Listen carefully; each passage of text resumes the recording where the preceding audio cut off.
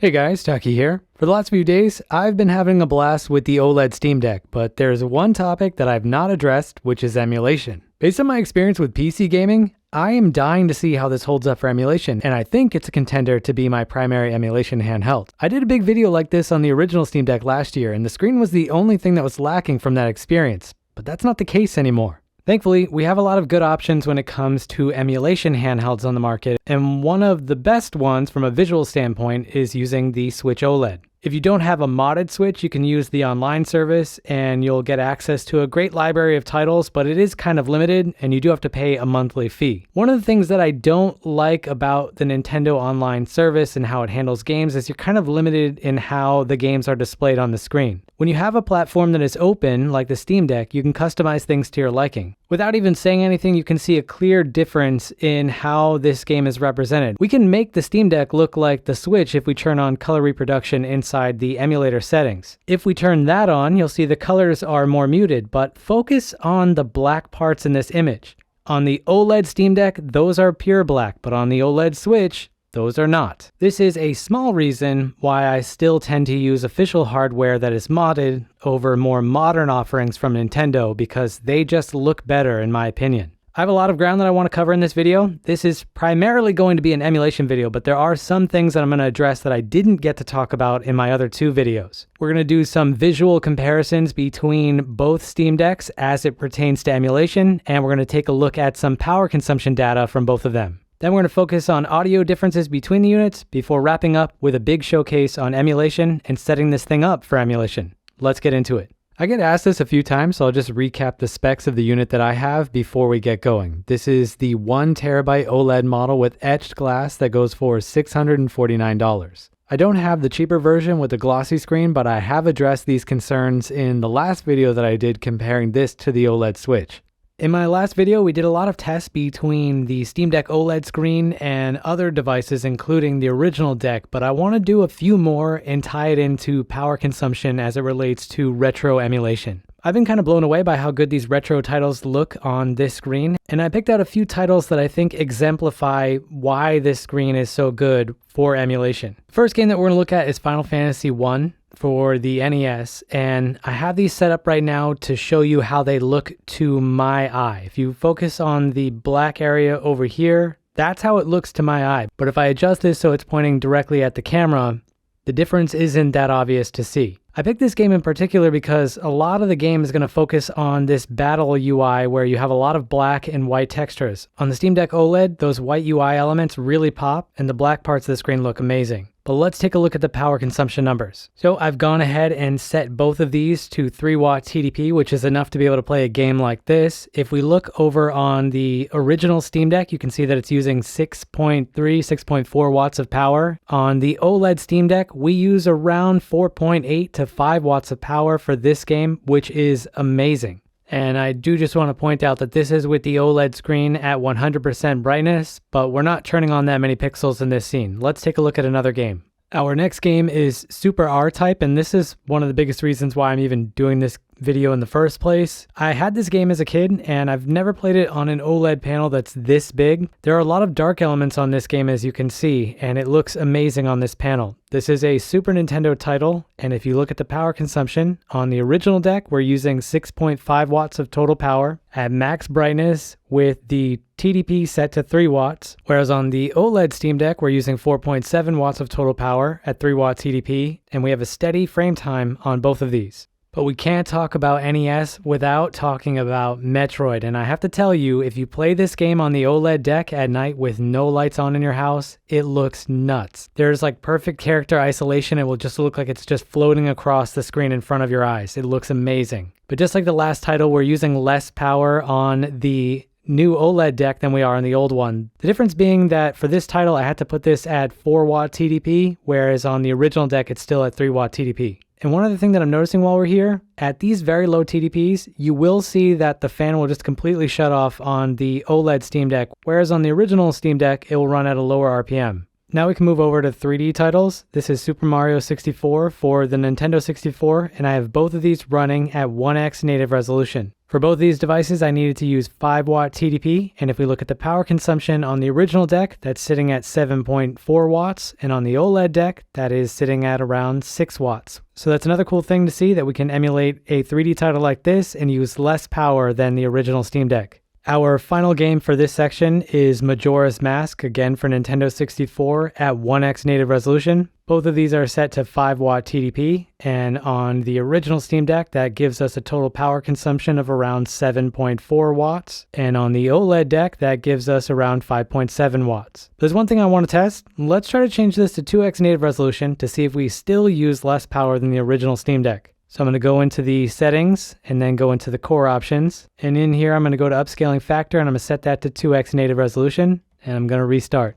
Then I'm going to load up that save state again. This is kind of amazing to see that we can use 2x native resolution and we still use less power than the original Steam Deck doing Nintendo 64 emulation. That's amazing. The next thing that I want to talk about that I didn't address in my other two videos is the new change that they've made to the speakers. Valve said that they made some modifications to have a flatter sound profile. What I want to do is do a series of audio tests on this Steam Deck and on my original one, and we'll try to evaluate the changes that they made. I've already done extensive testing on this before I started filming this section, so I know the strengths and weaknesses of this new change, but I'm going to save my thoughts until after we go through this section. If you want to experience this for yourself, now is a good time to wear headphones. I'm going to place a microphone in the middle of the device around where your head would be to pick up the audio from both of the speakers. And I'm going to try to overlay the waveform in this video so that we can see the audio that's playing. I'll also put a note on screen so you know which Steam Deck you're currently listening to.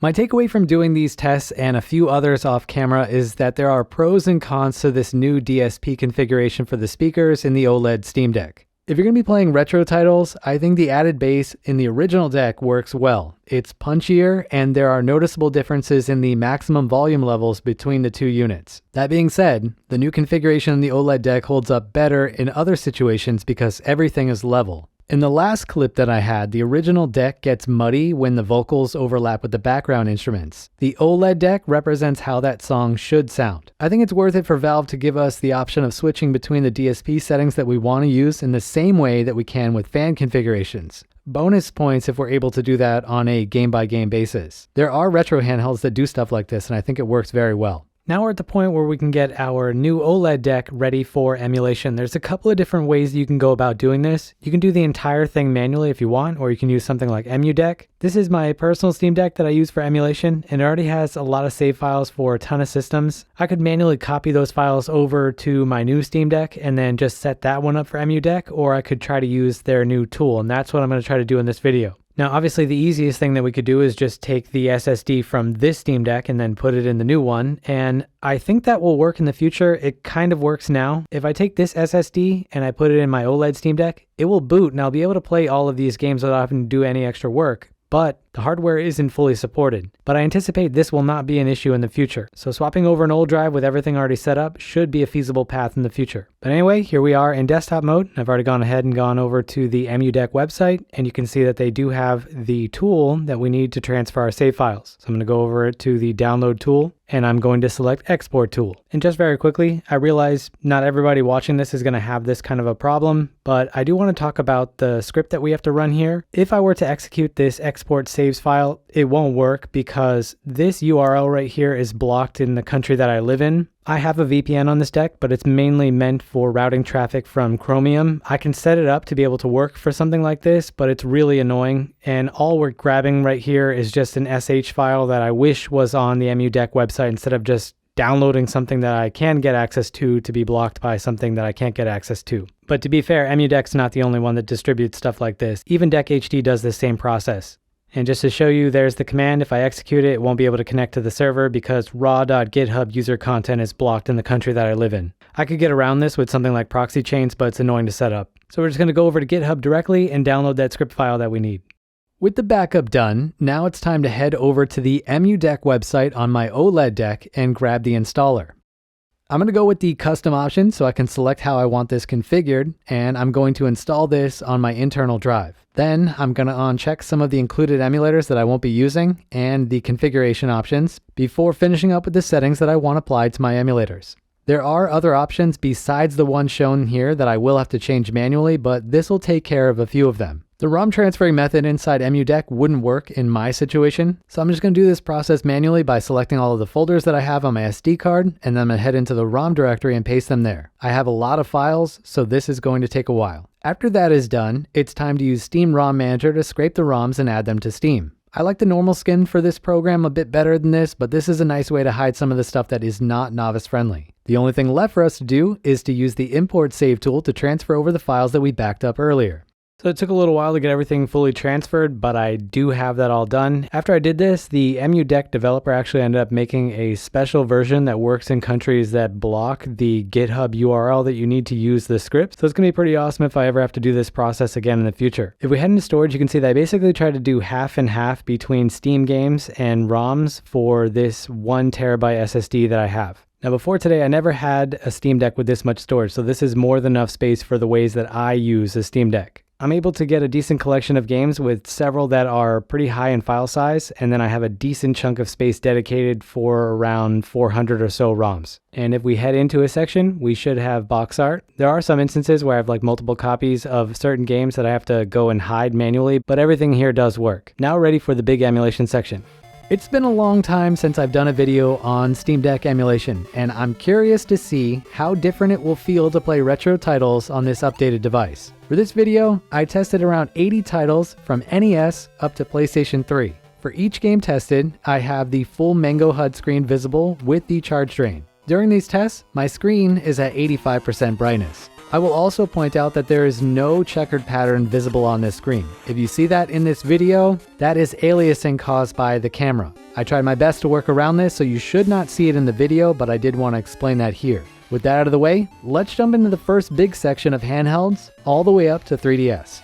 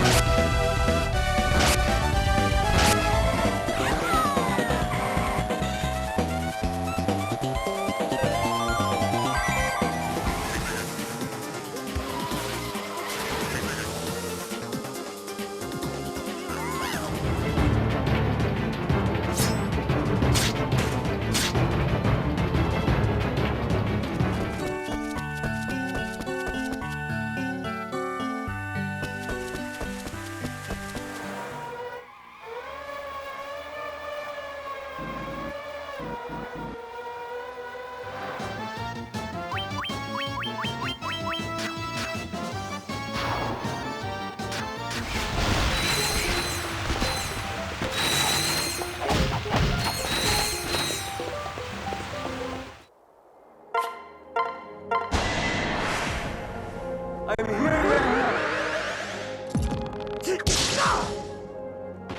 Good.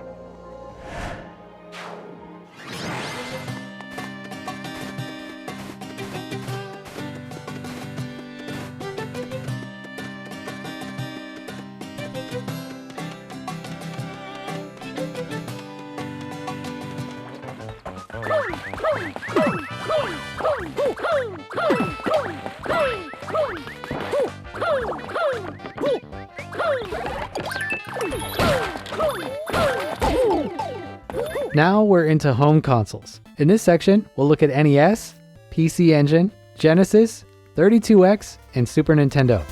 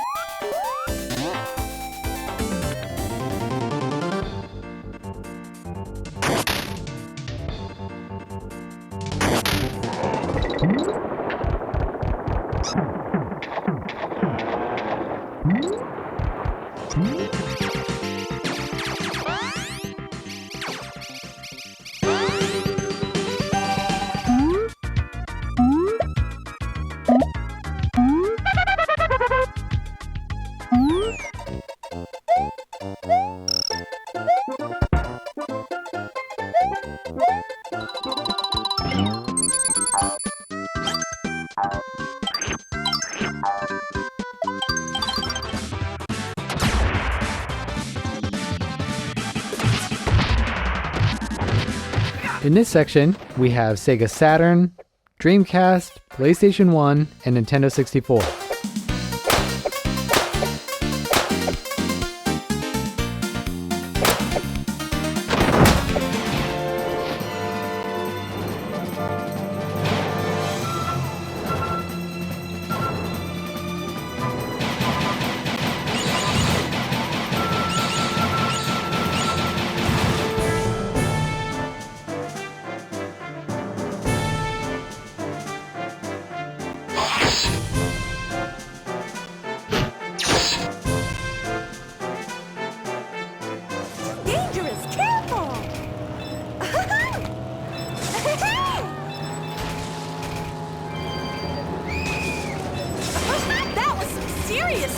Nothing I can't handle.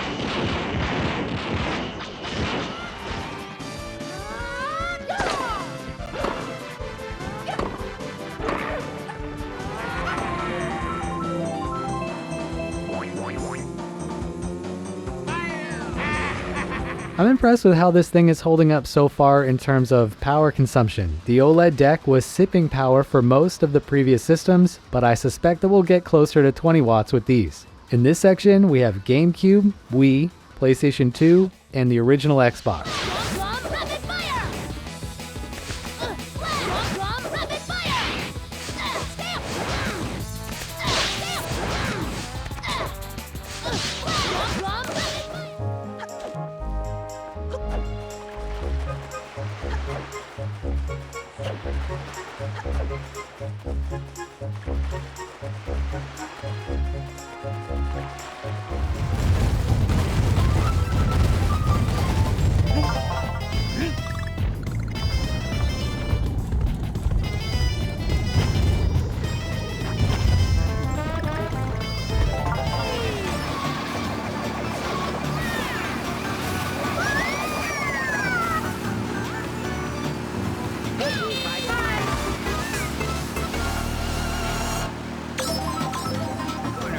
Dragonair. And from the red corner, Onita. Such energy. The battle begins. Its speed rose.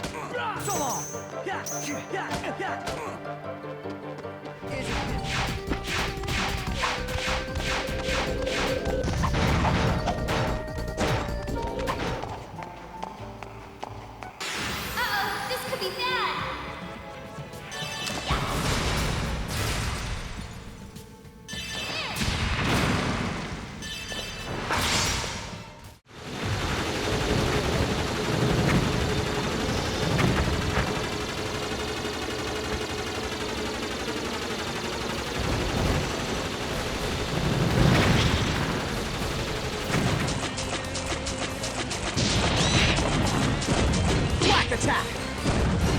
Turtle Tornado! Turtle Tornado!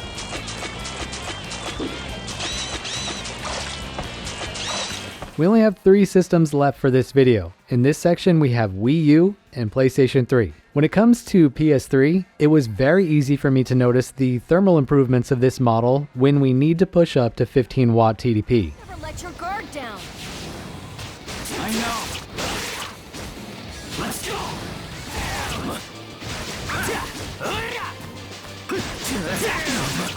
Don't you mess with me! Body don't feel me! Coyote! You're going down! Take...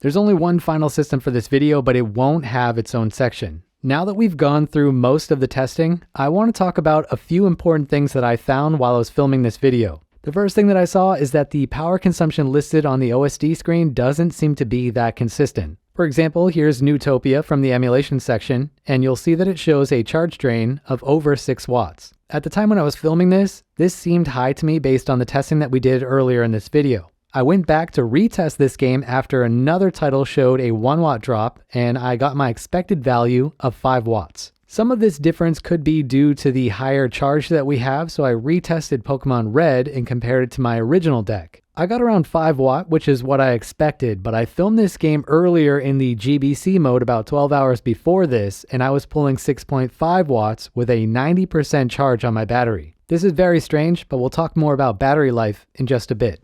The next thing that I discovered is that certain emulators don't play well with the new refresh rate options that we have for this panel. For example, here's Evolution running in RA. It has cutscenes that play at 60 FPS while the rest of the game runs at 30 FPS. If we set the frame limit option to 60 FPS, 60 Hz, we have smooth frame times during FMVs, but after the game loads, it's choppy. To fix that, we need to set the frame limit to 30 FPS, 90 Hz. The problem is that our FMVs will chug. If we use 90 FPS, 90 Hz so we can VSync to 30 and 60 FPS, our frame times go crazy. These frame time jumps are easy to see in town as I run back and forth. They go away completely after we set a 30 FPS limit. If we do 60 or 90, it's garbage. From the testing that I did in this video, RA seems to be the only emulator that has this issue. Other systems that mix 30 and 60 FPS content work fine with a 60 FPS cap. Now it's time to go over the battery life expectations for emulation when it comes to this new Steam Deck. There are 2 parts of this section, but I want to start by talking about how I collected this data. This first section is estimated battery life, and we will place each system within one of these 4 boxes. For each system, I took the average power consumption of all of the titles that I tested for a given system. These measurements were taken while actually playing the games. I was not sitting idle. I also included more games in my averages than what I filmed in this video, with a minimum of 3 games per system. This is not the best way to get a battery life reading, so there is a margin of error with this. It is possible for a game to be more demanding or less demanding than my sample, but you should be within one band from my reference. With that out of the way, here are the standings. Kind of surprising to see the data laid out like this. On the high end, we cap out at 10 hours with PS1 and Super Nintendo scoring higher than I expected. On the low end, we have a floor of 3 hours of battery life, but there are more demanding PS3 games that I could have used in my sample size to bring the bottom number down to 2 hours. So this is the estimated data, and I don't really like doing stuff like this because spot checks on battery life are kind of useless in the grand scheme of things. I followed this up with full battery drain life tests. Given the numbers that we're working with here, this takes a ton of time to manage, so I limited this to only 2 systems from the previous section. Like the other screen, this data was taken while actually playing or simulating play on the device. This was not taken while idling, and that also would not give useful data. Anyway, here's what we have.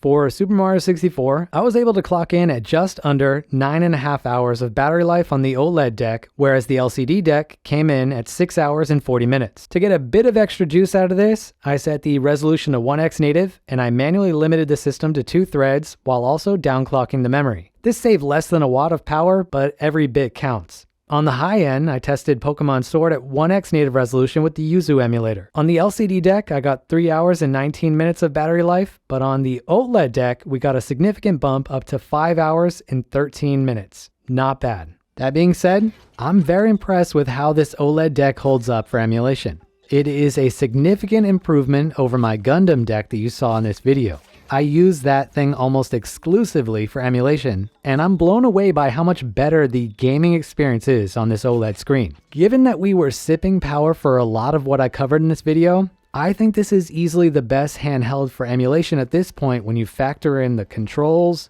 the power consumption, the new visual experience, and the improved cooling for the systems that require all of the power that we have to offer. This is probably very obvious to all of you, but this is not the most powerful PC handheld for emulation by a long shot. Other handhelds can handle a lot more PlayStation 3, Xbox 360, and increased rendering resolutions for Switch, but you could make the argument for streaming those titles over to the Steam Deck to bridge the gap. Assuming you already have a powerful PC, the overall experience will be a lot better. I also want to point out that having a Steam Deck with a 50 watt-hour battery is a bigger deal than I thought it would be for emulation. For the retro systems that I care about the most, This gives me over 2 hours of extra battery life compared to my normal deck, and this is going to be awesome for long flights or road trips. Like many of you, I am eager to see how Valve raises the bar with the Steam Deck 2, but this guy is going to be my go-to handheld for emulation for the foreseeable future. If you enjoyed this video and you want to see another, take a look at the deep dive that I did on the OLED screen in the new Steam Deck. Happy gaming, everyone. Taki out.